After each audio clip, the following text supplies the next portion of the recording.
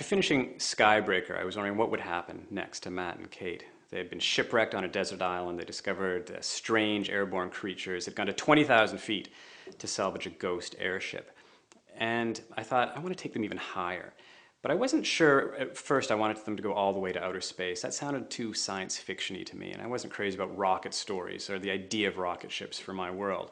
But then a friend, Arthur Slade, told me about something called a space elevator. It's theoretical technology at this point, but what it is the idea of running from the Earth a thread or a cable 36,000 miles into space, and at the end of the thread is a counterweight that spins around the Earth, and you'd be able to move an elevator up and down this cable. And this is the idea that really caught my imagination. I love the idea of a space elevator made 100 years ago.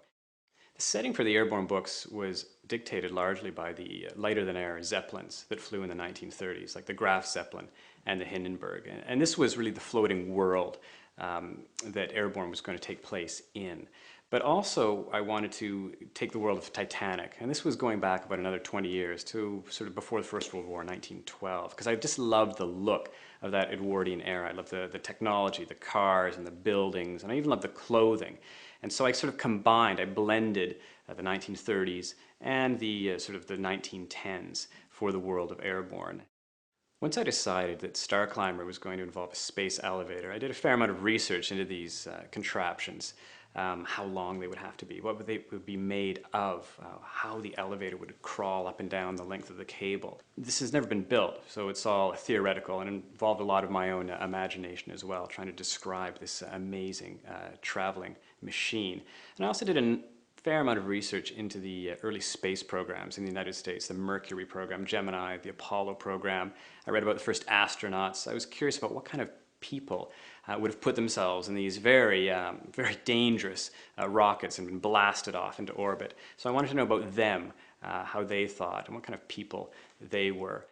It's both a pleasure and a challenge to write about characters over the course of 3 books. A pleasure because it's lovely to return to characters who you feel affection for and are fun to write about. A challenge because they are changing, and you want them to change. You don't want them to stay the same from book to book. So Matt and Kate develop hugely through the books. I'm taking them from the age of 15 in Airborne, 16 in Skybreaker. They're 17 in Starclimber, so they're moving deeper into adolescence and really sort of discovering more about themselves and their own limitations. Kate is becoming even more ambitious, and she does some pretty audacious things in Starclimber to get what she wants, and it's not always a pleasant thing to watch. Matt is really for the first time sort of coming to face with his limitations. He's always been very capable and able to to excel at what he sets his mind to, but being an astronaut it challenges him in ways that he's not totally prepared for. There's so much more yet for Matt and Kate to do.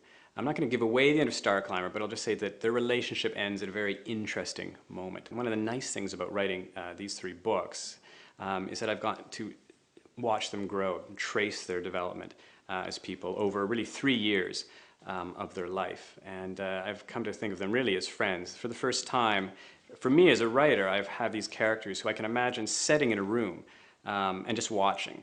And I know they would do something interesting. I know they'd entertain me, and I'd want to be there just to record it. So there's lots more for Matt and Kate to do in future books, and I'd love to write them.